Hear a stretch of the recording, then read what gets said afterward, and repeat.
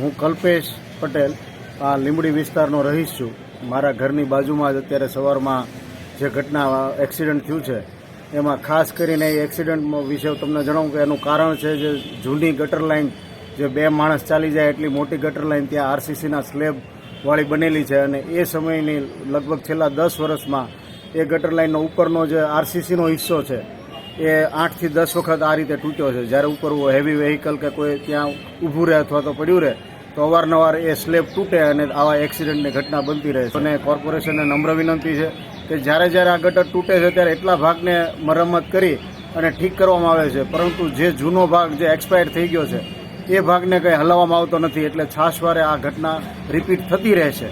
તો આપ લોકોને મારી નમ્ર વિનંતી કે ધ્યાન દોરું છું કે આખી ગટર લાઇનની ઉપર આ નવો આરસીસીનો સ્લેબ કરી અને એક સાથે જો આને પ્રશ્ન સોલ્વ કરવામાં આવે તો જ માત્ર આ જે દુર્ઘટના છે એ અટકાવી શકાય છે. આજે આ દુર્ઘટના જે બની છે એમાં શું બન્યું છે?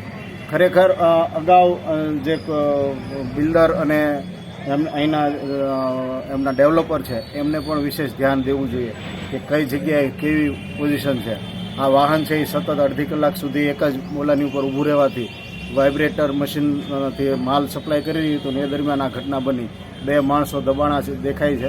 વાળા ઘટના બને પછી પ્રોમ્પ્ટ એમની એક્શન લે છે, પણ ઘટનાને નિવારણ માટે હંમેશ માટે જે ધ્યાન દોરવું જોઈએ એ ખાસ ફરી વખત તમને કહું કે આ આરસીસીનો સ્લેબ છે એ રૂપાણી દીવડીથી લઈ અને લીંબડી ચોક અને કદાચ આગળ પણ જ્યાં સુધી ચાલતો એમને વિશેષ મરમ્મત કરવી જોઈએ જેથી ફરી આ ઘટના ના બને.